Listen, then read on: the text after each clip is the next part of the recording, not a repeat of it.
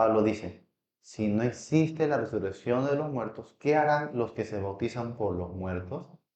Y tú te preguntas, oye, ¿qué es eso del bautismo por los muertos? ¿Qué significa? ¿Debemos bautizarnos por los muertos? Entonces, los mormones, por ejemplo, tienen esa doctrina y práctica de bautizarse por sus antepasados muertos.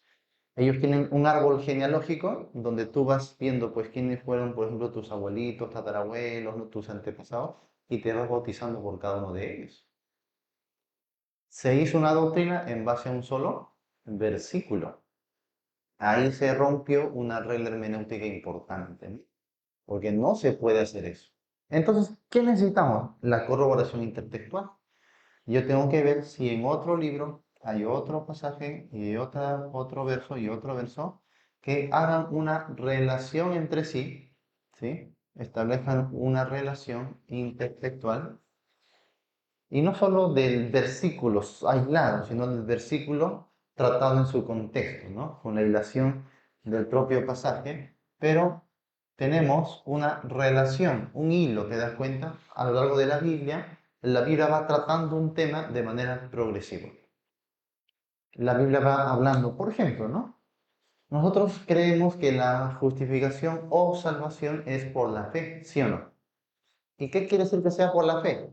Que no es por obras. Nunca tú puedes decir es fe más obras, no se puede, porque la fe significa no obrar. Entonces, ¿cómo vas a hacer fe y obras? Si la fe es no obrar.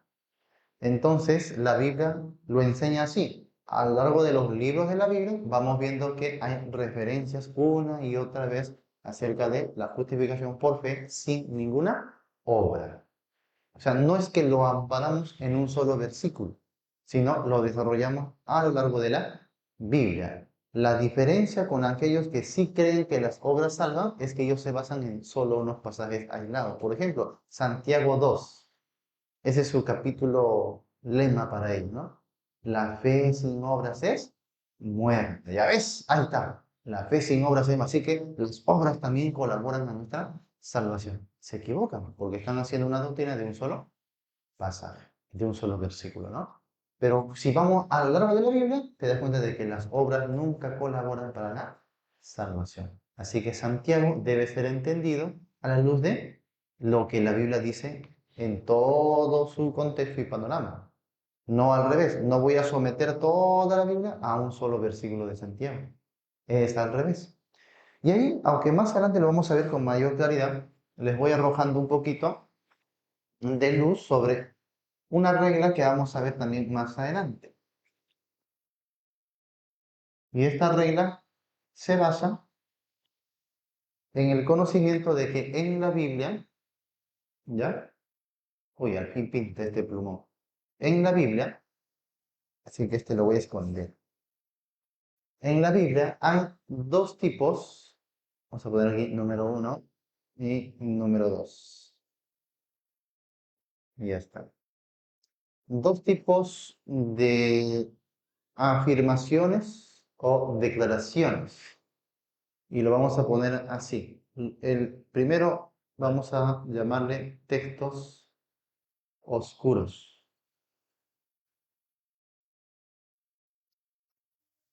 Ya. Textos oscuros. Y lo siguiente van a ser los textos claros. Muy bien.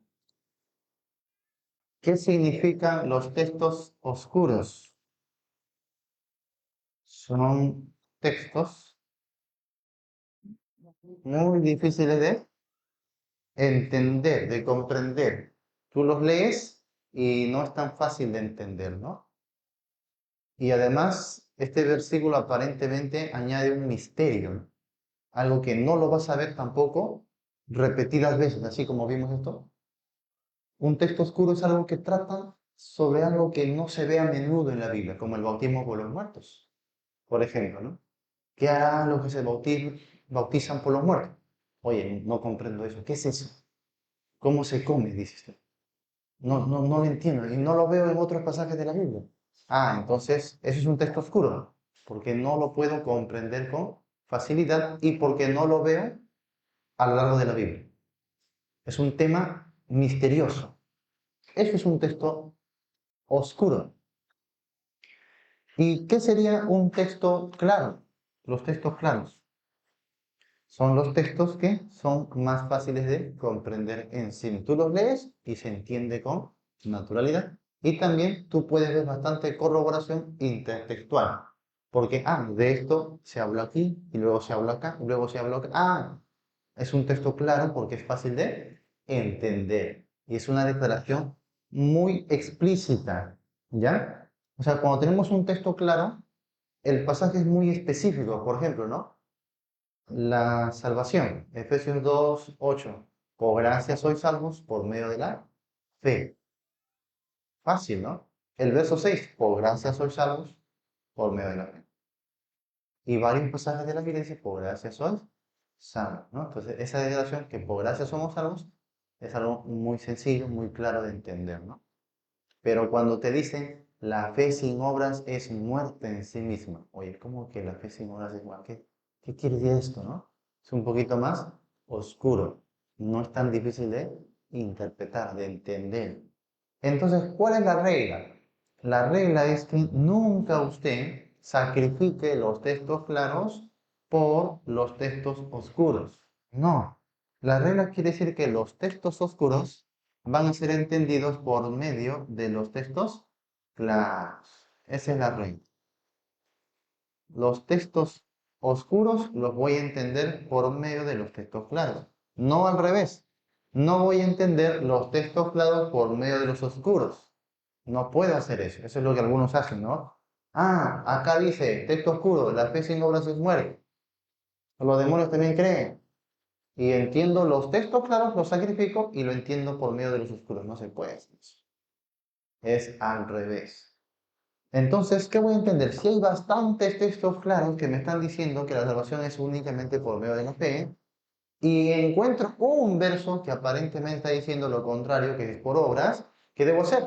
Yo debo decir, no estoy entendiendo esto oscuro, pero lo voy a entender por medio de los textos claros, porque hay demasiados textos que me están diciendo que es solamente por la fe.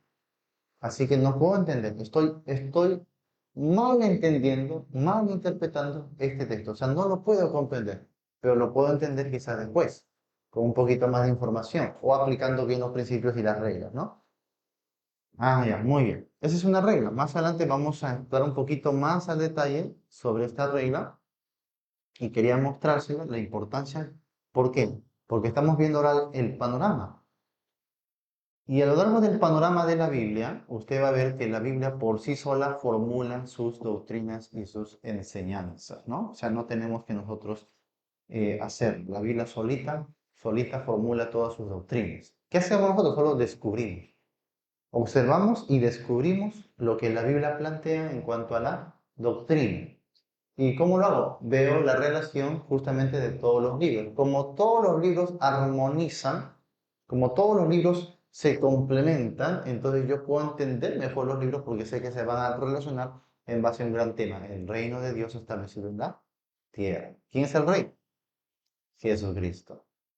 ¿Cuáles son las dos más grandes obras de Cristo? Su muerte en la cruz y en su segunda venida establecer su reino, ¿no? O sea, no es tan difícil de entender la teología de toda la Biblia. A eso vamos a añadirle los periodos, ¿no? El estudio de los periodos que también ya hemos adelantado un poquito. Hemos visto ya los periodos del Antiguo Testamento, ¿no? Los periodos del Antiguo Testamento, que son, ¿cuántos? 7. A ver, vamos a repasar. Periodo número 1, formación. Formación u origen también. Muy bien. Ojo, que ¿en quién está centrado la historia, el periodo histórico del Antiguo Testamento? ¿En quién? Israel. El pueblo de Israel. Te vayas a olvidar eso. Por eso cuando estudias Génesis, no vayas a pensar que Génesis se centra en la formación del mundo, del universo. No. Génesis se centra en la formación del pueblo de Israel. Por eso que la creación solamente lo vas a ver en un capítulo, el capítulo 1. Creación y desarrollo del hombre, capítulo 2. Luego, la historia de Israel es casi todo Génesis. Así que en realidad hablamos de la formación de la nación de Israel. Número 2, segundo periodo, ¿cómo se llama? Salida. ¿De dónde? Fueron rescatados, libertados de Egipto, y esto abarca, hasta la entrada a la tierra prometida, ¿no? Hasta la entrada a Canaán. 3. Otro periodo. Conquista. Repasen, mis hermanos, ¿ah? Conquista. Muy bien. Josué ingresa con la segunda generación a la tierra prometida, se establecen ahí, reparten la tierra, ¿ya? Pero número 4. Ya, muy bien. Teocracia o jueces, ¿ya? Pero de los jueces, una vez que ya estuvieron en la tierra prometida, Dios los gobierna por medio de jueces. Los jueces ¿qué hacen? Juzgan, gobiernan, les enseñan la palabra, los libertan también cuando son oprimidos. Después, monarquía o reyes, ¿no? Ya el pueblo pidió rey y comenzó la monarquía. Dos periodos importantes ahí, ¿no? Periodo del Reino Unido y Reino Dividido. No te vayas a olvidar eso, ¿no? Reino dividido tenemos dos reinos, Reino del Sur, Reino del Norte. ¿Ya? Eso es muy importante para entender varios libros del Antiguo Testamento. Periodo número 6, exilio. Exilio. Muy bien, el exilio se dio gradualmente, primero con el Reino del Norte hasta el Reino del Sur. ¿Sí? Fueron llevados cautivos ¿a dónde? A Babilonia. ¿Cuánto tiempo? 70 años. Muy bien, ahí está con el profeta Daniel, los demás. Después de eso, el retorno. ¿Por qué se llama retorno? Porque retornan. Muy bien. Vuelven a su tierra, ¿ya? Vuelven a Jerusalén, a su ciudad, a reconstruirla por mandato de Ciro, ¿ya? Muy bien. Y está todo el Antiguo Testamento. En un minuto nomás lo desarrollamos, todito el Antiguo Testamento. Ojo, estos son periodos históricos. Y usted tiene que saber, cuando estudie un libro del Antiguo Testamento, usted tiene que saberse ubicar. A ver, ¿en qué periodo me encuentro? Si estoy estudiando el libro de números, periodo de la salida, ¿no? Si estoy estudiando el libro de Ruth, ¿en qué periodo me encontraré? Periodo de los jueces. Muy bien. Y si estoy estudiando Segunda de Crónicas, ¿qué periodo me encontraré? El periodo de los reyes. Muy bien, muy bien. Si estoy estudiando Esther, ¿en qué periodo me encontraré? Retorno. Retorno. Esther tiene lugar, la historia de Esther tiene lugar después del cautiverio. ¿Ya? Muy bien, entonces yo tengo que saber qué libro corresponde a qué periodo. Así yo puedo entender mejor el libro, porque sabe su contexto, por lo menos el trasfondo histórico y todo lo demás, ¿no? Muy bien, esto es del Antiguo Testamento. Vamos a repasar ahora del Nuevo Testamento, ¿no? Y nuestros hermanos del Facebook se perdieron la bendición, ¿no? ¿Qué habrá pasado? ¿Qué habrá pasado, no? Que Dios no quiso, pues, que escuchen esa bendición. No han diezmado, eso no, terrible, terrible, los hermanos del Facebook no han diezmado. Con razón, estaban desesperados. Bueno, ya es cosa, pues, de ellos y el Señor, ¿no? Ahora vamos al Nuevo Testamento. El antiguo era en relación a la nación de Israel. El Nuevo Testamento será en relación a la iglesia. Muy bien, la iglesia. Muy bien. Ahora sí, vamos con los periodos del Nuevo Testamento. Periodo número 1 se llama periodo de la plantación, porque el establecimiento del reino en el Antiguo Testamento se ha anunciado, pero ahora el mismo Hijo de Dios viene a plantar la semilla del reino. Eso lo comprendemos por la revelación progresiva del Nuevo Testamento, porque en el Antiguo Testamento no se entendía así. En el Antiguo Testamento ellos pensaban que en la primera venida, ahí Cristo ya iba a establecer su reino. Ellos no interpretaban primera y segunda venida. Eso es algo propio del Nuevo Testamento. Así que no vayas a buscar dónde está segunda venida, primera venida en el Antiguo Testamento. No lo vas a encontrar. Y eso te va a servir para la apología, porque algunos te van a decir, ¿acaso en el Antiguo Testamento un profeta habló de los 1000 años? ¿Acaso hablaron del arrebatamiento de la iglesia? Y si tú no sabes de esto, tú, ay, ¿verdad? No, ay, también no hay milenio. Uy, estoy creyendo mentiras. Las mentiras de Darby, uy, las mentiras de Schofield, ¿no? O de los jesuitas, y te van a meter cosas en la cabeza. No, no, tú diré, no, cachetón. Lo que pasa es que la Biblia es de revelación progresiva. Lo que no se reveló en el Antiguo Testamento se revela en el Nuevo Testamento, ¿ya? Así que el milenio, arrebatamiento de la iglesia, todos esos detalles, la tribulación o cosas así, son propios de el Nuevo Testamento, pero obviamente con una interpretación sana del Antiguo. O sea, el Nuevo no contradice al Antiguo, sino que lo complementa y lo desarrolla de una mejor manera, ¿ok? Entonces, cuando Cristo estuvo aquí en la tierra, Él estaba plantando las semillas del reino. Por eso Cristo habló mucho del Evangelio del reino. Ahí, por ejemplo, hay que tener bastante cuidado. Porque aquí todavía se está teológicamente hablando en el Antiguo Testamento. ¿Por qué? Y esto es muy importante de entenderlo. Mira, abre tu Biblia en Hebreos capítulo 9,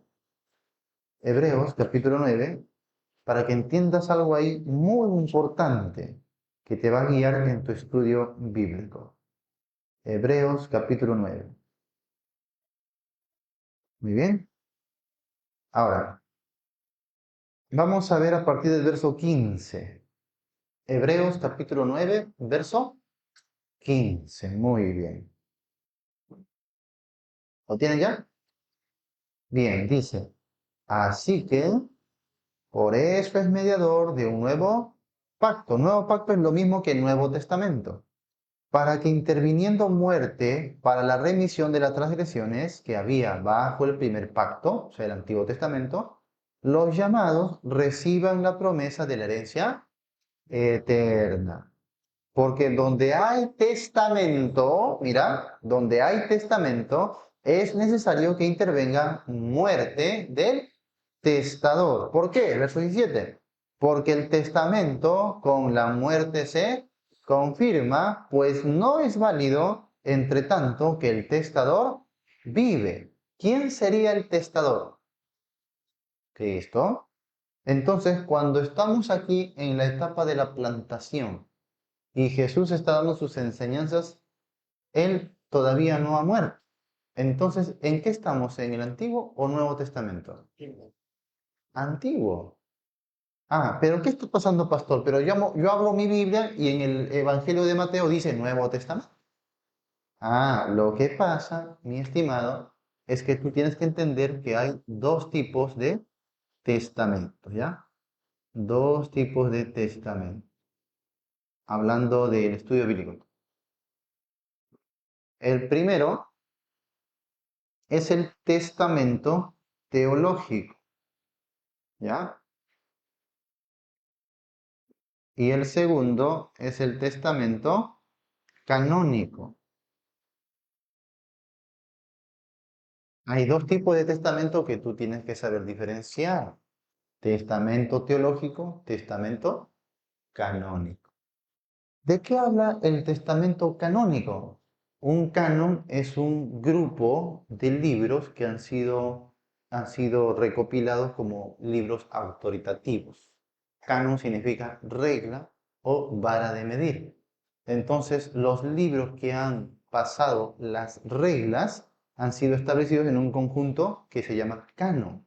Entonces, a un canon se le ha llamado el canon del Antiguo Testamento y a otro canon se le ha llamado el canon del Nuevo Testamento. Entonces, canónicamente hablando, el Nuevo Testamento empieza con el libro de Mateo. Mateo, Marcos, Lucas, Juan, Hechos y así, ¿no? Ah, tenemos el canon del Nuevo Testamento. Pero cuando tú estudias Biblia, tú no debes ver el testamento en sentido canónico, sino el testamento en sentido teológico, porque vas a estudiar la teología, el desarrollo teológico de la Biblia.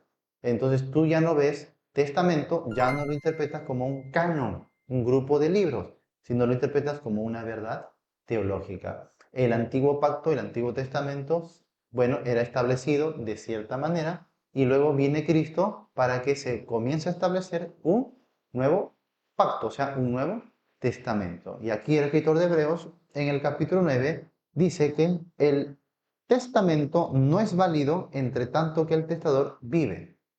Así que, ¿qué tiene que suceder para que entre en rigor el Nuevo Testamento?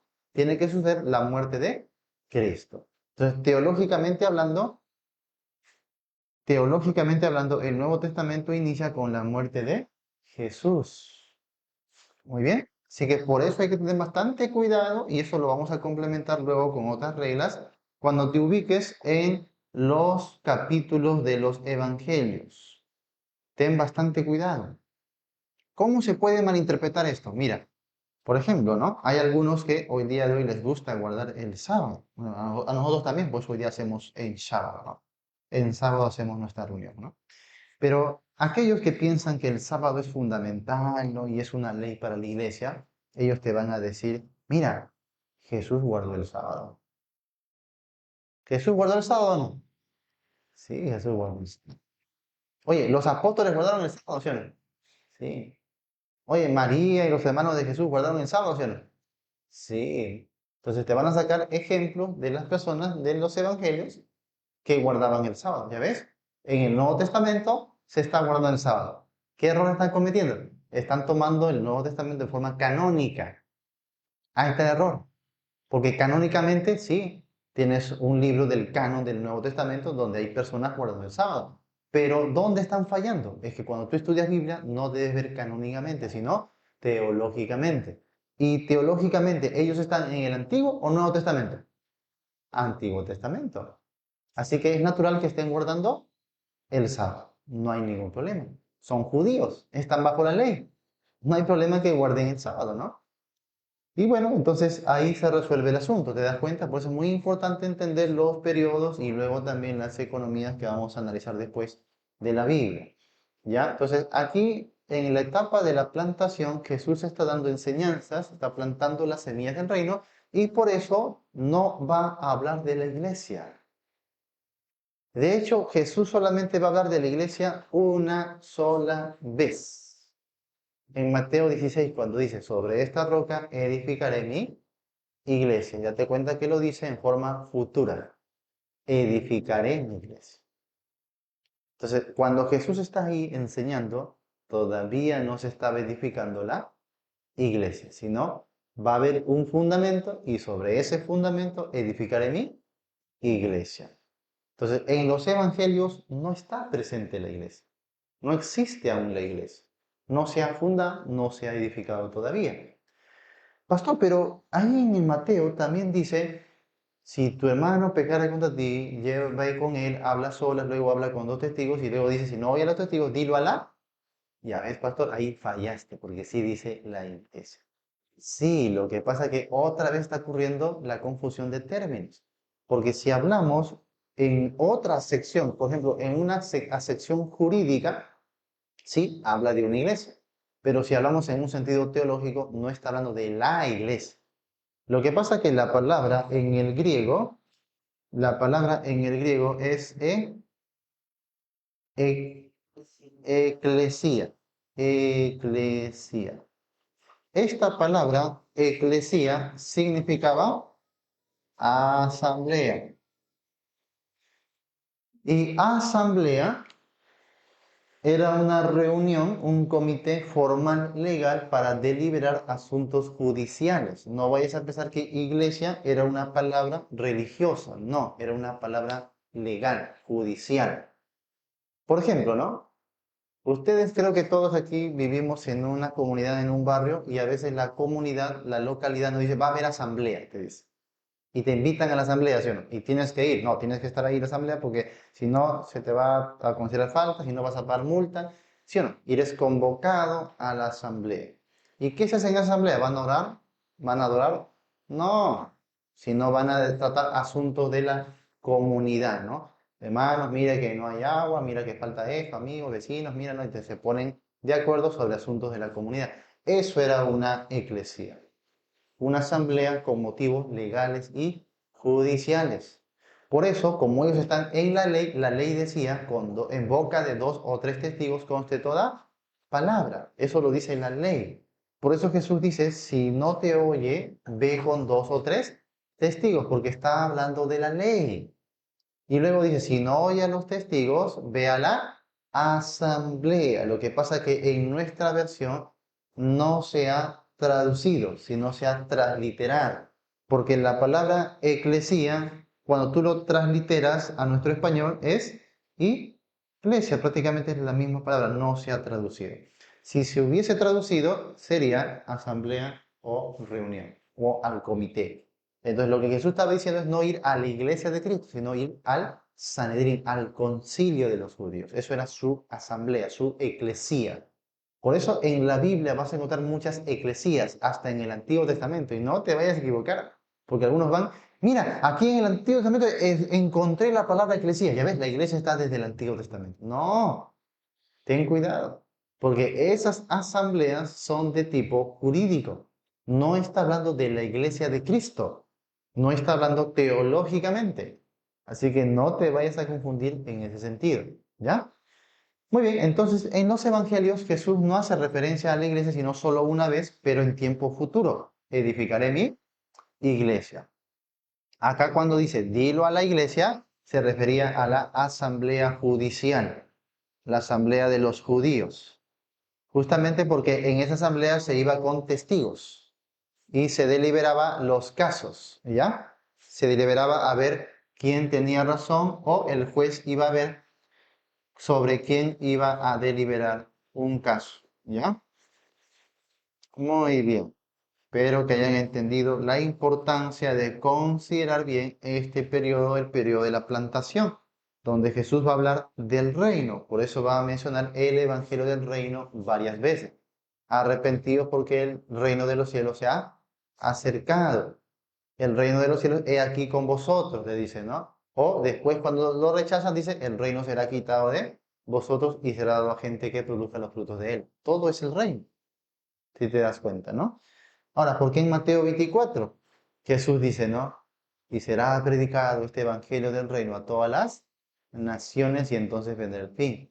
Algunos piensan que eso es la predicación de la iglesia. No. Ahí Jesús está hablando de la predicación del remanente de Israel durante la tribulación. Porque Mateo 24 no habla de la iglesia. Ahora, ese es uno de los mayores errores de la iglesia evangélica, que siempre ha tomado Mateo 24 como el arrebatamiento de la iglesia. Pero pastor, en el verso 40 dice, uno será tomado y otro será dejado. ¿Eso no es el arrebatamiento? No. Porque en el arrebatamiento, amados hermanos, Dios no va a tomar uno por uno. Según las profecías ya del Antiguo Testamento, ¿a quién iba a reunir Dios uno por uno? ¿A quién? Al remanente de Israel. Los iba a recoger por medio de ángeles. Los ángeles los van a estar recogiendo uno a uno del mundo y lo están llevando ¿a dónde? A Jerusalén. Ahí no está hablando del arrebatamiento de la iglesia.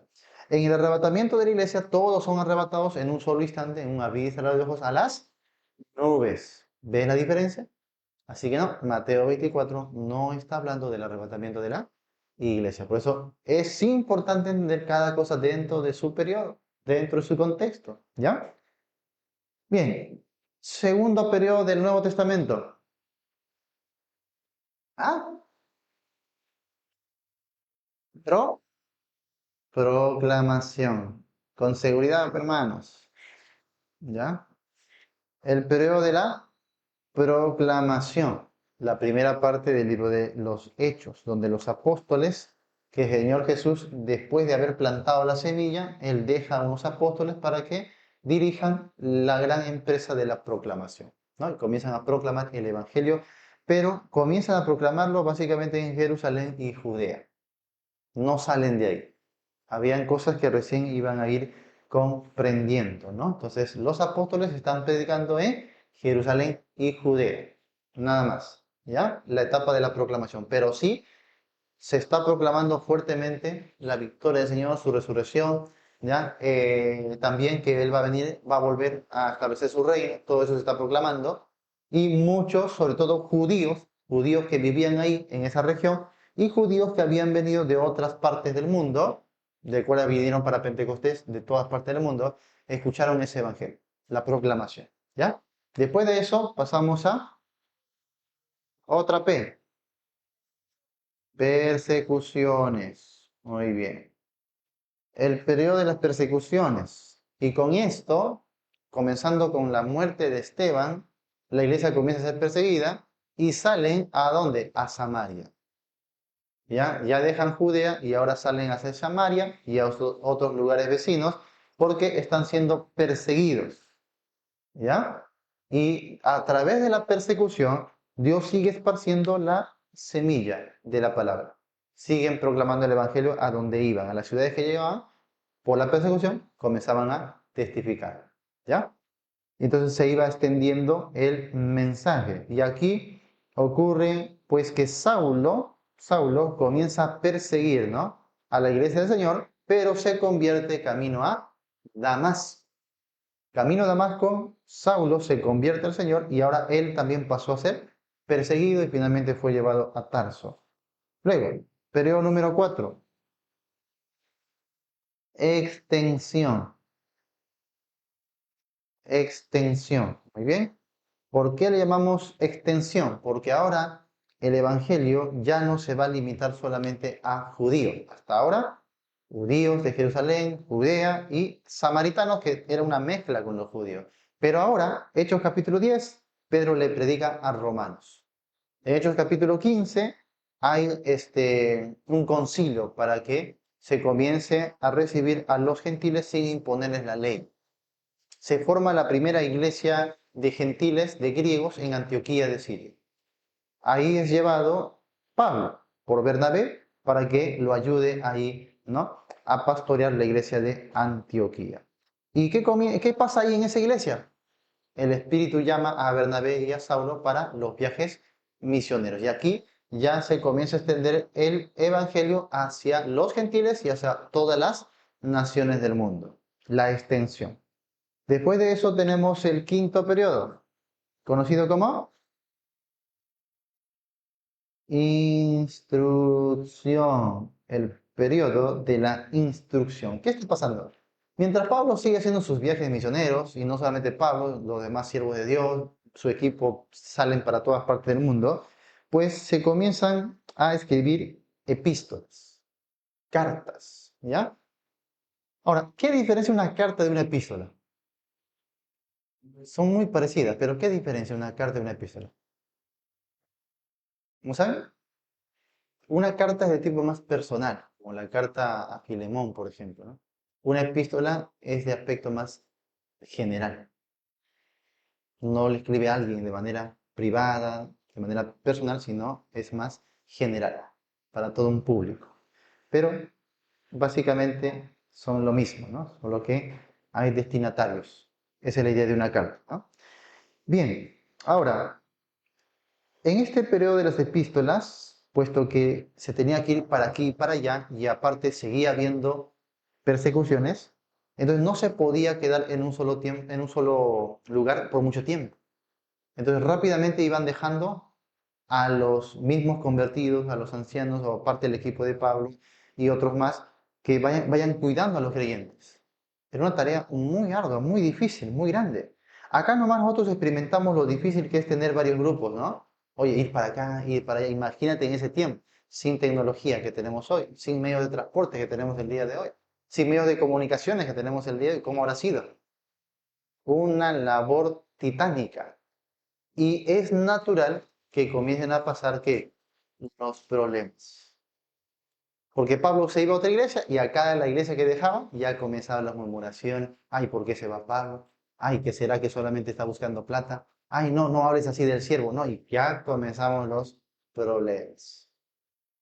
Era natural, era normal. Y luego, dudas. Los siervos que se quedaban, Pablo, ¿cómo es este asunto de la doctrina? Y Pablo, ¿cómo debo administrar la iglesia? ¿En cómo debo solucionar estos problemas? Entonces, uy, qué difícil. Así que Pablo comenzó a usar las redes sociales de esa época, ¿no? Cartas, epístolas. Les voy a mandar un WhatsApp. No, no había WhatsApp. Una cartita. Y ojo, para enviar un mensaje demoraba semanas, hasta meses, imagínate eso. Y hasta que reciba la respuesta, Uy, habría que tener paciencia. En cambio, hoy me demoro una hora y ay, el pastor no me contesta, me dejan visto, Dios mío. Dice, ay, me voy de la iglesia. Ay, Dios. Por una hora, ya un día, ese tiempo tenías que esperar meses para recibir una respuesta. Imagínate, ¿no? O sea, tenemos muchas más ventajas el día de hoy. Pero la pregunta es, ¿por qué hacemos menos que lo que ellos hacían? Esa es una gran pregunta, ¿no? ¿Por qué hacemos menos que lo que ellos hacían? Con todas sus limitaciones. Bueno, ahí entiendes la importancia de las cartas de instrucción. Hasta el día de hoy estas cartas son para nosotros, para guiarnos, ¿ya? Para guiarnos. Por eso, yo sé que levantar líderes es muy importante, pero nada más importante que sumergirnos en la palabra de Dios. Porque no es tanto el líder que nos va a guiar, es Dios con su palabra a través del líder. Por eso, hermanos, está bien que necesitamos líderes, siervos, pastores, muy bien, pero necesitamos más que nada instrucción bíblica. Porque si ponemos por poner líderes, ¿qué van a enseñar ellos? ¿A dónde nos van a guiar? Por eso necesitamos tiempo de preparación, capacitación, aprendizaje. Y que los miembros de la iglesia también aprendan urgentemente la palabra y cómo estudiar la palabra. Eso es muy importante. A veces nos desesperamos más por hacer cosas o por tener cargos que por el estudio sano y correcto de la palabra. ¿Ve?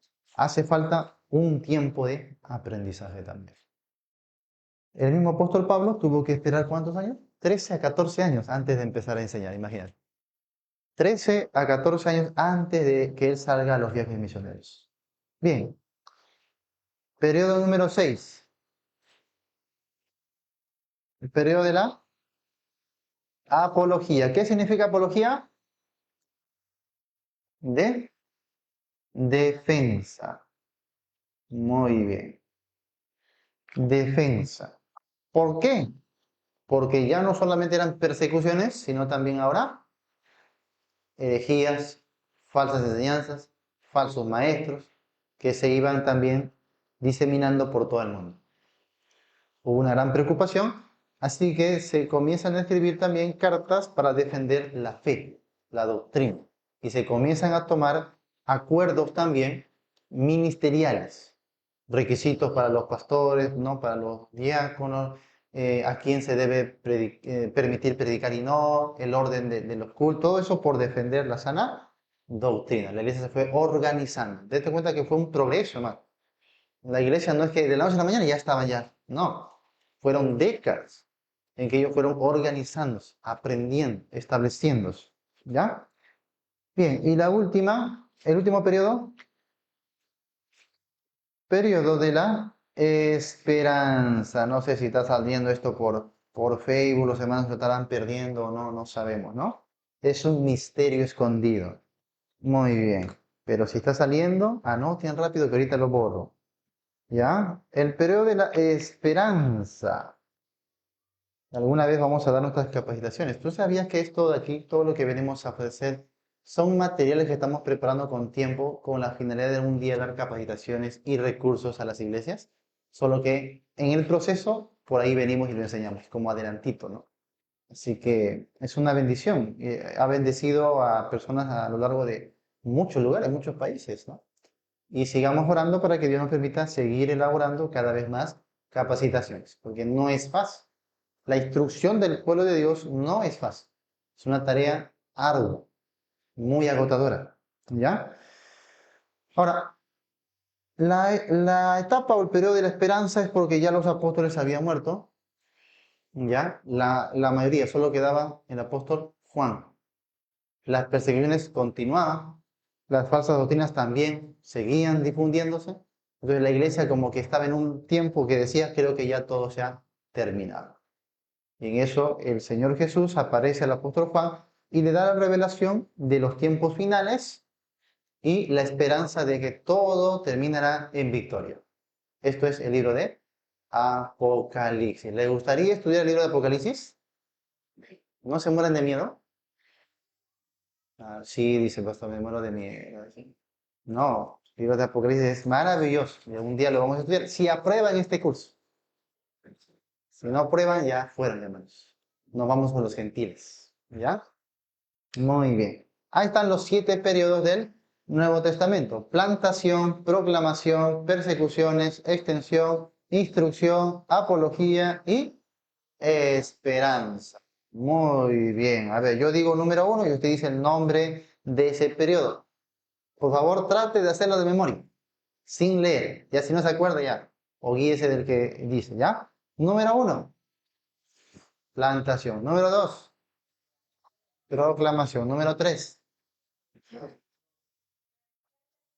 persecuciones. Número 4, extensión. Número 5, instrucción. Número 6, apología. Número 7, esperanza. No ha venido la mala esperanza. Esperanzas va a Puente Piedra. Muy bien, muy bien. Ahí está. Entonces, ¿cuál es mi tarea? Otra vez, cuando yo estudio un libro de la Biblia, yo debo saber en qué periodo me encuentro.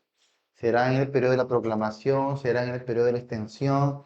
¿El periodo de la apología? Eso es muy importante porque eso me ayudará a entender la mente del escritor. ¿Qué está pensando? ¿Qué quiere decir? ¿Por qué lo hace? ¿Qué quiere lograr? ¿Cuál es la respuesta que él está esperando de sus primeros lectores? Eso me ayuda a entender mejor el desarrollo del escrito del autor. ¿Entienden o no entienden? Bueno, voy a dar por hecho que sí, ¿no? Gracias a Dios. Ahí están, hermanos, los periodos, ¿ya? Y mira, cuando yo empecé este curso, tenía solo 6 periodos. Hemos perfeccionado el material y ahora tenemos 7 periodos del Nuevo Testamento. Más tarea para los demás, ¿no? ¿Ah? No, 6, 6. 6. Ahora le hemos aumentado un periodo más, ¿no? Muy bien, ahora sí tenemos por lo menos una equivalencia, 7 periodos del Antiguo y 7 periodos del Nuevo. Ahora, voy a hacerlo rapidito, esto ya lo sabes, pero voy a refrescar nada más la memoria, porque también es muy importante. No vayas a confundir los periodos que acabamos de ver, tanto del Antiguo como del Nuevo Testamento, no lo vayas a confundir con las agrupaciones canónicas de la Biblia. Una cosa son los periodos y otra cosa son las agrupaciones. Agrupaciones. Tenemos dos agrupaciones, ¿no? Perdón, dos testamentos, Antiguo Testamento y Nuevo Testamento. Cada uno de estos testamentos van a tener también distintas agrupaciones. ¿Qué es una agrupación? Es un conjunto de libros. Los libros se han agrupado no por su orden cronológico, sino por su temática, ¿ya? Por su temática teológica. Entonces, vamos a ver aquí la primera agrupación del Antiguo Testamento. ¿Cómo sería? Para nosotros, Pentateuco. Muy bien. Pentateuco. ¿Cuántos libros tiene el Pentateuco? 5 libros. Muy bien. Luego, segunda agrupación. Libros históricos. Muy bien. Los libros históricos del Antiguo Testamento. ¿Cuántos son? ¿Son? 12. Muy bien. Luego, número 3. Libros. Ah, ya, muy bien. Libros poéticos. ¿Cuántos son? 5. Diga fuerte, hermano, ¿no? Ya está. Poéticos. Después, proféticos. Profetas mayores y profetas.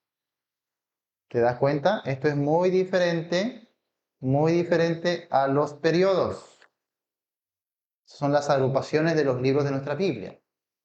¿Ya? 5 profetas mayores y 12 profetas menores. Ahí está. Famoso 5, 12, 5, 5, 2. No hay otro número que aprender ahí. Fácil. Muy bien. Ahora, tú tienes que saber esto. ¿Por qué? Porque cuando tú estudias un libro, tú vas a saber, estoy en libros poéticos, estoy en libros históricos, Estoy tratando el Pentateuco, por ejemplo, se ha de interpretar como el Torah, que es la ley. La ley no solamente son los 10 mandamientos, la ley es de Génesis a Deuteronomio. Todo eso es la ley, la Torah. ¿Ya? Me encuentro en profetas mayores. ¿Qué distinguen los mayores de los menores? ¿No? Entonces todo eso me va a ayudar a entender mejor el libro que estoy estudiando. Por eso estoy viendo la Biblia en panorama, si te das cuenta, ¿no? Ahora, del Nuevo Testamento. Periodo número uno, perdón, periodo. Agrupación número uno, evangelios ya, o biográficos. En realidad debe ser biográficos, pero bueno, evangelios, ya está. ¿Son cuántos libros? 5, Dios mío. Cuatro, cuatro libros de los evangelios. Luego, historia, libro de historia. ¿Cuánto? Uno, el libro de los hechos. Muy bien. Luego, número 3. ¿Qué sigue? ¿Eh? ¿Epístolas qué? Ya, de Pablo. Epístolas de Pablo. ¿Cuántas? ¿Cuántas? 13. Muy bien. Cuarta agrupación. Epístolas generales, universales o católicas también. Pastor, ¿cómo que católica? No. No. Católico significa universal. ¿Ya? Pues se llaman también, a veces lo vas a de un libro. Epístolas católicas. No, ay, no, eso es de los católicos. No. Católicas quiere decir universales, generales. ¿Ok? ¿Cuántas son? ¿Ah? 8. Dios mío. Y finalmente, pro, profecía, pues hermanos. ¿Cuántos libros? Uno nada más. Un libro de profecía. Muy bien. Entonces tenemos, ¿cuántos libros del Antiguo Testamento? 39. ¿Y cuántos del Nuevo? 27. Muy bien. Estas son las agrupaciones. ¿Cómo se agrupan los distintos libros del Antiguo y del Nuevo Testamento? Entonces, cuando tú estás en el libro de Hechos, estás en un libro de historia. Entonces, es un libro de carácter histórico. No lo puedes interpretar como si fuera un libro de doctrinal, epístola doctrinal, porque es un libro histórico. ¿Ya? Ten cuidado con eso. El libro de Apocalipsis, el libro profético, no se puede interpretar como si fuera pues evangelios o historia, ¿no? Entonces, cada libro tiene también su propio carácter, su literatura, su género. Todo eso me va a ayudar a entender mejor la Biblia. Este es un panorama. Aquí está toda la Biblia en un solo vistazo, ¿ya? Bien, ahí está entonces. ¿Qué nos toca ahora? Ahora solamente nos tocaría dar un vistazo rápido a los libros de la Biblia, ¿ya? Y con eso vamos a cerrar ya este tema. Anota lo más rápido posible porque no puedo detallar mucho, no puedo detenerme mucho porque esto solamente es un repaso, recuerda eso. Vamos a empezar con el Pentateuco. ¿Cuáles son los 5 libros del Pentateuco? Génesis, Éxodo, Levítico, Números y Deuteronomio. Lo tienes que saber de memoria. Empezamos con Génesis. Génesis va a registrar el principio del universo, el principio del hombre, los días, la familia, el pecado, el sacrificio, las naciones, el gobierno y los hombres claves de Dios, como Abraham, Isaac, Jacob y José. Recuerda que Génesis se centra en la formación o nacimiento del pueblo de Israel. Por eso estos nombres son claves, los patriarcas hebreos, comenzando con Abraham, Isaac, Jacob, José. Ahora, ¿por qué José? Porque de Jacob son 12, pero se va a resaltar más a José. ¿Por qué? Porque va a ser la persona clave para ingresar a Israel a Egipto. ¿Recuerdas? Iba a venir un gran hambre, se dio el gran hambre, la gran hambruna, y luego de eso, por medio de José, se traslada a toda la familia de 75 personas a Egipto. Eso es el libro de Génesis. La palabra clave por eso va a ser formación o también origen de Génesis, ¿ya? Ahora, ¿cuál es el propósito de Génesis? establecer el fundamento sobre la existencia de un solo Dios verdadero, sobre sus leyes y sobre su plan a través de un pueblo escogido, el pueblo de Israel. Todo esto se va a centrar en Israel. Muy bien. ¿Podemos apreciar a Jesús, a Cristo en Génesis? Sí, de muchas maneras. Por ejemplo, la luz del primer día es un tipo de Cristo. Adán es un tipo de Cristo también. El séptimo día será un tipo también del reposo de Cristo. Las túnicas con las que se vistieron a Adán y a Eva después de su pecado también tipifican la redención de Cristo. ¿Ya? Lo vas a ver a través de Abel, por ejemplo, y la ofrenda secta, ¿no? Lo vas a ver a través del arca de Noé. El arca de Noé sería Cristo Jesús también, ¿no? Todo eso son cuadros de Cristo, de su salvación, de su redención. El hijo de Abraham, Isaac, también siendo sacrificado, y luego un cordero o un carnero siendo sacrificado en lugar de Isaac. Eso es la sustitución de Cristo Jesús, ¿no? Entonces, la vida de José. La vida de José es un tipo perfecto de Cristo Jesús. José, por ejemplo, era amado de su padre, odiado por sus hermanos, vendido por sus hermanos, ¿no? Luego también, cuando fue a la cárcel, es tipo de la muerte de Cristo Jesús. Pero después de eso, José sube al trono, segundo después de Faraón. Eso habla del reino de Cristo. Toda la vida de José es un tipo de la redención y el reino de Cristo Jesús, ¿no? Y así tenemos varios ejemplos de cómo se presenta Cristo en el libro de Génesis. Pero el más significativo de todos está en Génesis 3.15. ¿Ya? Génesis 3.15. Jesús se presenta ahí como la simiente de la mujer. Ahí se establece la promesa, el protoevangelio y la primera mención del establecimiento del reino de Dios en la tierra. A través de un hombre. Cuando le dijo que vendrá de tu simiente, ellos entendieron que iba a ser un descendiente suyo, o sea, un hijo de Adán y Eva. Por eso es que cuando ellos experimentaron el juicio de Dios, lo que hizo Adán es nombrar a su esposa Eva, que es vida, porque vas a ser dadora de vida, como la madre de la humanidad. Ahora, esto de aquí fue un acto de fe en la palabra de Dios. ¿Por qué? Porque Dios le había dicho que cuando ellos comieren del árbol de la ciencia del bien y del mal, iban a morir, ¿sí o no? Tenían que morir.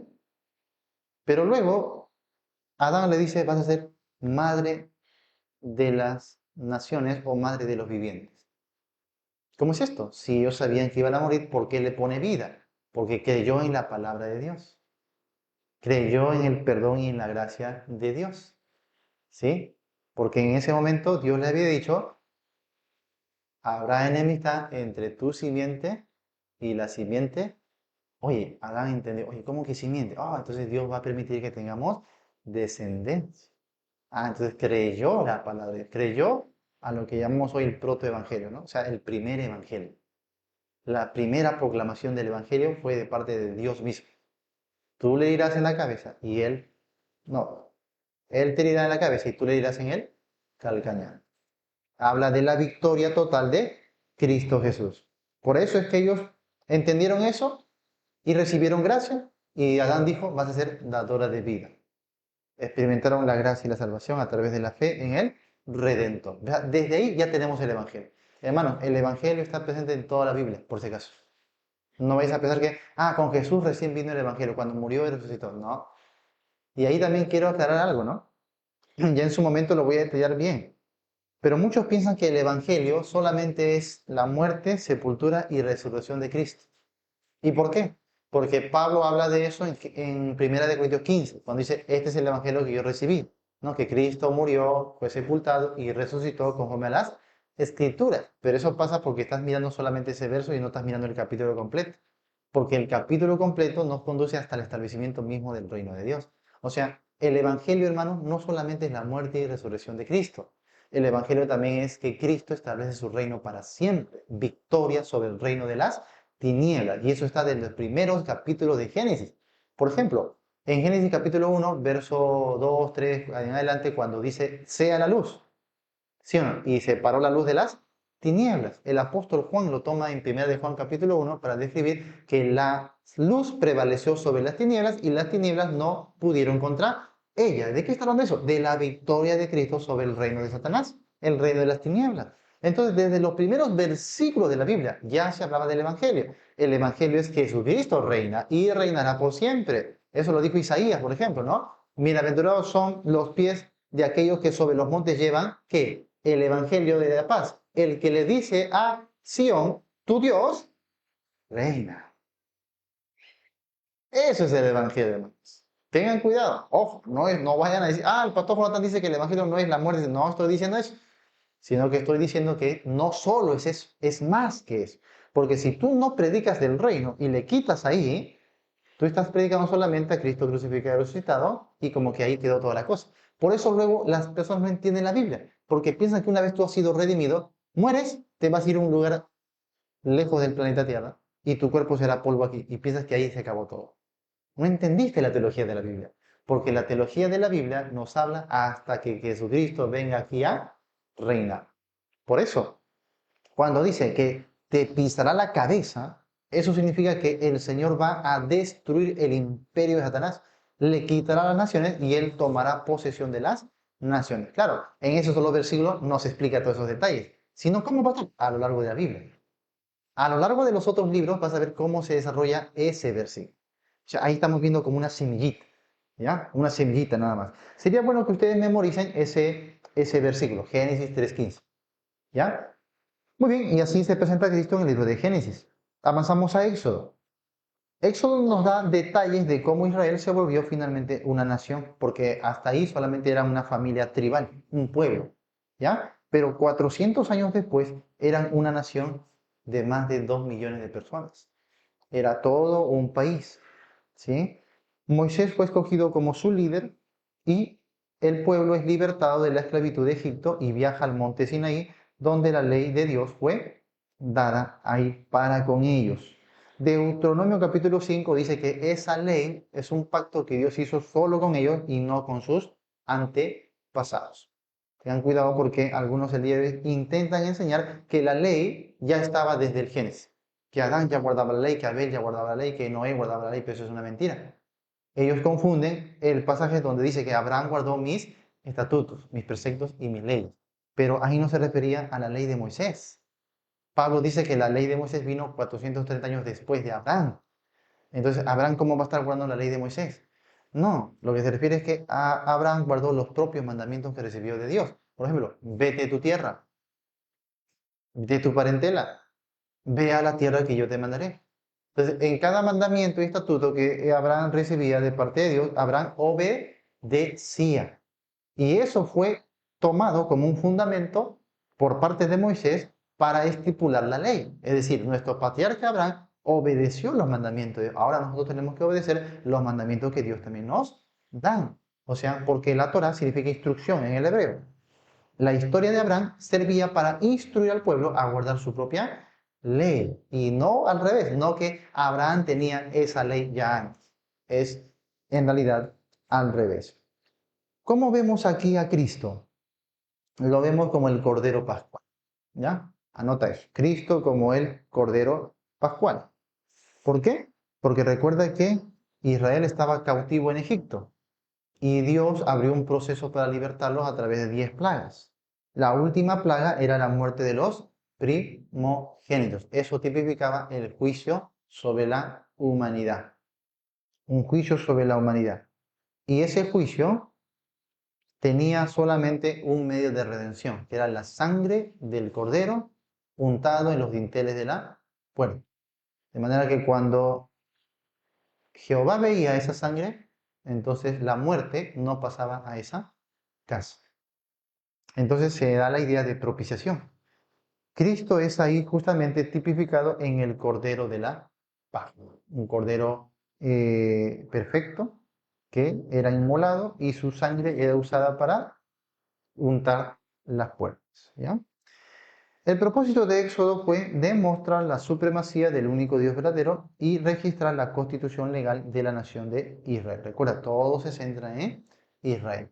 Y a medida que se da la historia de Israel, se va también arrojando más detalles de la teología de la Biblia. ¿Ya? Luego pasamos a Levítico.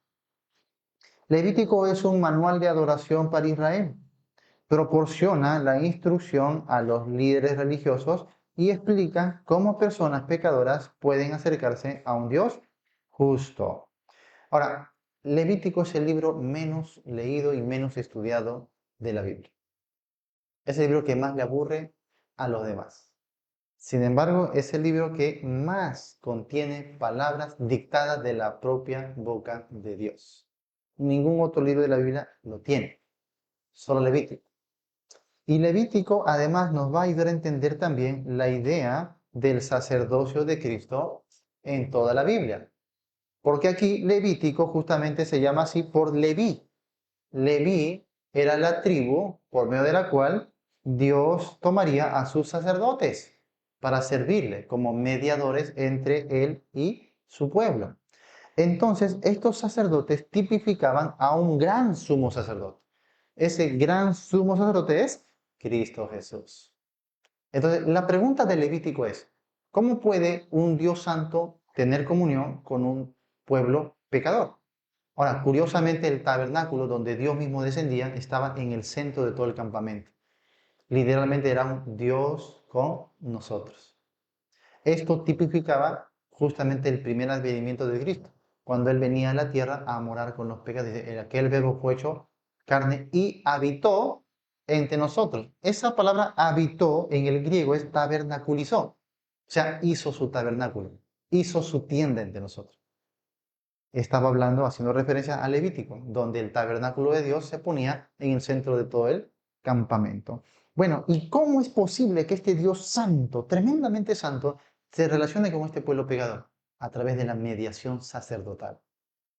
O sea, eso era el Evangelio, pero un poco más progresado, con más detalle. Ahora, ¿qué va a hacer Dios? Dios va a poner un gran mediador entre Dios y los hombres, que es Jesucristo, hombre. Muy bien. Propósito, establecer una relación especial con el único Dios verdadero, registrar cómo nació la ley del antiguo pacto. Pasamos al cuarto libro, libro de Números. Números registra los 40 años de Israel vagando en el desierto. ¿Ya? O sea, si te das cuenta, todo este periodo de la salida abarca el libro de Éxodo, estamos acá en el periodo de la salida, con todavía el Pentateuco. Pero Éxodo, Levítico, el número sí, Deuteronomio. Éxodo, saliendo de Egipto, hasta que comienzan a levantar el tabernáculo en el desierto. Levítico, cuando se comienzan a ordenar ya los sacerdotes, toda la ceremonia. Y Números, ya es cuando ha pasado algunos años y la nación se rebela y no quiere obedecer a Dios. Dice, volvamos a Egipto. Pero se habían rebelado 10 veces, hermano. No una sola vez. 10 veces se habían rebelado. Y a la 10ª vez, Dios le dice, muy bien, ya llegó al colmo su rebelión. Ahora, como ustedes pasaron 40 días espiando la tierra prometida, por cada día les voy a castigar un año. Por eso fueron 40 años vagando en el desierto. Ahora, tengan cuidado porque algunos piensan que ellos vagaron 40 años porque estaba tan lejos la tierra prometida que estuvieron caminando, caminando y hasta que pasaron 40 años caminando. No, en realidad estaba muy cerca. Si hoy tú corres esa ruta, en auto demora solo 2 horas en llegar. No está nada lejos. Es como ir de aquí a Chosica, nada más. No estaba nada lejos. Es prácticamente un día de camino. Entonces, ¿por qué demoraron 40 años? No porque estaba lejos, sino porque Dios los había castigado. Ustedes pasaron 40 días espiando, luego se rebelaron contra mí la 10ª vez, así que 40 años van a dar vueltas en el desierto. ¿Y para qué? Para que muriese toda esa generación, todos los que se habían rebelado contra Dios, y sus niños, sus muchachos, sus hijos, crecieran y con ellos iba a entrar a la tierra prometida. ¿Sí entiende? Muy bien. ¿Cómo vemos a Cristo Jesús en el libro de Números? Como la serpiente de bronce. Anoten ahí. Lo vemos de muchas maneras. Yo estoy resaltando solamente la más representativa, ¿ya? La serpiente. Aquí te va a parecer de repente un poco extraño. Pastor, ¿cómo que Jesús es una serpiente? La serpiente no es el diablo. La serpiente no es Satanás. No siempre. Es igual que los palominos. No siempre representa al Espíritu Santo, la paloma. A veces representa el sacrificio de Cristo. Por eso cada cosa dentro de su contexto. A veces se le va a llamar al diablo la serpiente, pero en este caso la serpiente de bronce tipifica a Cristo Jesús. ¿Y por qué? Porque en primer lugar, No sé si usted recordará la historia cuando el arca de Israel fue robada por los filisteos. ¿Recuerda eso? Y cuando llegaba a un pueblo, Dios hacía una plaga en ese pueblo. Por ejemplo, tumores o ratas. Ahora, cuando este pueblo de los filisteos devolvió el arca, ¿qué había en la carroza donde estaba el arca? ¿Qué había también? Habían, dice, presentes, presentes de oro y de plata. ¿En forma de qué? En forma de tumores y de ratones. ¿Por qué hacían eso? Porque en ese tiempo, en los tiempos antiguos, se creía que cuando Dios o los dioses enviaban un tipo de plaga, había que ofrecerles un sacrificio ya con ese dibujo, con esa imagen de la plaga, para aplacar la ira de ese dios. Usted recordará la historia de la Ilíada, por ejemplo, de Troya, donde justamente los griegos hacen un caballo, porque los troyanos eran fuertes en la caballería, hacen un caballo y lo presentan como si fuera una ofrenda a los dioses, ¿sí o no? Y lo hacen de sus propias naves. De esa manera los troyanos habían entendido, ellos se han rendido porque están ofreciendo ofrenda a sus dioses y cayeron en la trampa. Bueno, entonces lo que está pasando es algo parecido. Cuando el pueblo se rebeló contra Dios en esos 40 años, se rebelaron muchas veces. Eran muy tercos, eran testarudos. Y cuando el pueblo se rebeló contra ellos, Dios le envió plagas de ¿qué? De serpientes ardientes, o sea, serpientes venenosas. Y mordían al pueblo y morían por la plaga. Ahora, lo interesante es que el pueblo no pudo presentar nada para aplacar la ira de Dios. Pero ¿quién lo hace? Dios presenta. Dios dice, el pueblo no puede hacer nada. Yo presentaré mi propia serpiente de bronce. El bronce en la Biblia, amados hermanos, es siempre tipo de juicio. Cuando Dios pone la serpiente de bronce, está diciendo, ustedes pecaron contra mí. Esta plaga de la serpiente es por su pecado.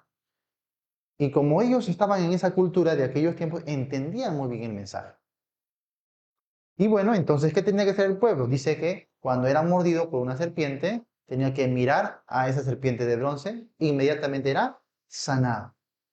¿Por qué lo hizo eso? Porque eso estaba tipificando el sacrificio de Cristo Jesús. Jesús lo dijo en Juan capítulo 3.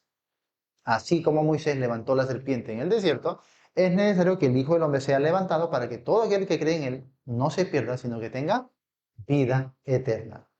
Y esto, ¿qué ocurre esto de serpientes, la plaga y el sacrificio o la serpiente de bronce? Bueno, eso dice que Cristo Jesús, al morir en la cruz, se identificó con nuestro pecado. Él, no habiendo pecado, llevó nuestros pecados, nuestra culpa. ¡Wow! O sea, ya todo lo del Evangelio y la redención de Cristo estaba en el Antiguo Testamento, si te das cuenta. Todo está de manera tipológica. Y eso que estamos haciendo solo un breve resumen nada más. No me digas, hermanos, que no es maravilloso estudiar la Biblia. Es una delicia estudiar la Biblia. Yo he pasado ya más de 20 años estudiando la Biblia. Estoy tratando, por ejemplo, de resumir, porque hay mucho que hablar de todas estas cositas, ¿no? Bien, y último libro, Deuteronomio. Deuteronomio. Registra los últimos días de la vida de Moisés y repasa las leyes dadas en Éxodo y Levítico. Muy bien. Recuerda que después de los 40 años, la generación anterior ya había muerto y se levantó una segunda generación. Los únicos que pasaron de la generación anterior fueron Josué y Caleb. Justamente Josué iba a ser elegido como el sucesor de Moisés. Ahora, están ahí nomás, afuerita de la tierra prometida. Solamente los está distanciando el río Jordán. El río Jordán es un río pequeñísimo, muy pequeño.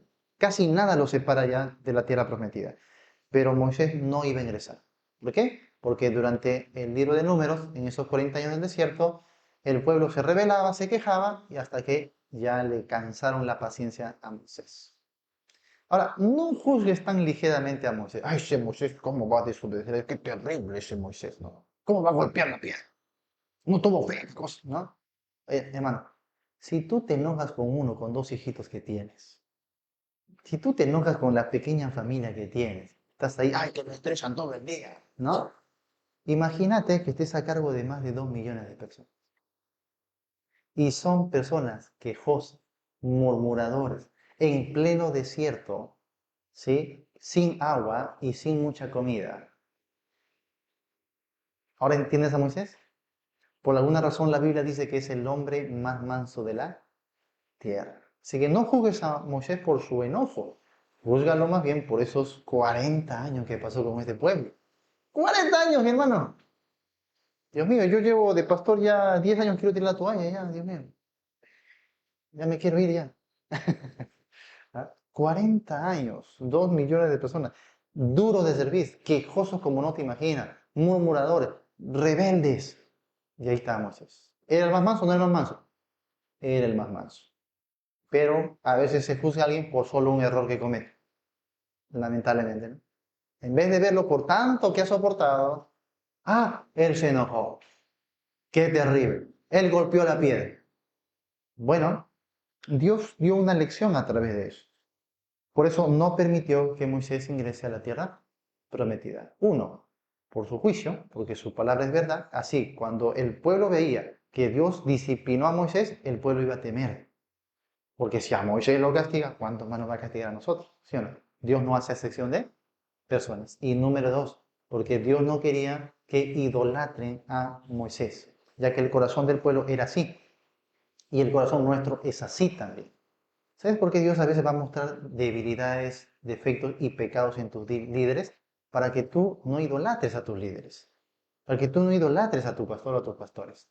Porque a veces los tenemos así, y varias veces escuchas, el pastor yo lo tenía así, dice. Así lo tenía, ahora ya se me cayó así. Y a veces cuando dicen eso, digo, qué bueno que nos hemos caído. Qué bueno. Eso te pasa por idolatrar. Que tú no debes tener a ningún hombre así, solo a Cristo Jesús. A Cristo. Los pastores, los siervos, todos somos consiervos. Entonces Dios sabía que este pueblo iba a idolatrar a Moisés y por eso no le permitió entrar y no les permitió tener su cuerpo. Le dijo, Moisés, sube a un monte alto. Él escaló el monte y ahí ya no se sabe más de Moisés. Sí murió, por si acaso. Algunos dicen, Moisés no murió. No, sí murió. Solo que Dios escondió su cuerpo.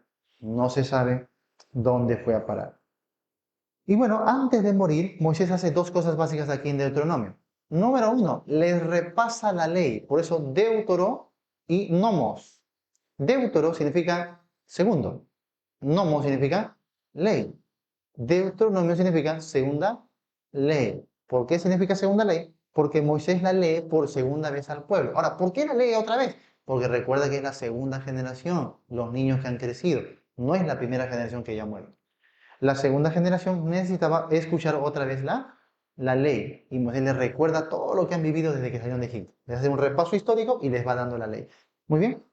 Y después de eso, Moisés también les da promesas de bendición y de maldición y anuncia a quién? A un profeta que vendrá. Así que ahí encontramos también a Cristo. ¿Cómo se presenta a Cristo en Deuteronomio? Como el verdadero profeta. El profeta que ha de venir. Ya entiendes por qué en los evangelios los judíos le decían a Jesús, ¿eres tú el profeta que había de venir? ¿A qué se referían? A esta profecía de Moisés. Dice, Dios levantará profeta como mí. A él debe oír. El profeta que ha de venir, o el verdadero profeta, es Jesucristo. Y lo segundo que hace Moisés es encargar el liderazgo de la nación a Josué, que va a ser su sucesor. Y así terminaría esta agrupación. El Pentateuco o la ley. ¿Te queda más claro? ¿Sí? Después ya vamos a ver cómo se pasan a las siguientes agrupaciones. Muy bien. Muy bien, amados hermanos, pónganse de pie, por favor, con esa alegría que les caracteriza. Amén. Esa emoción, esa pasión que me encanta este pueblo, Dios mío. Amén. Dice. Ay, Dios mío. Muy bien. Pónganse de pie, vamos a orar al Señor.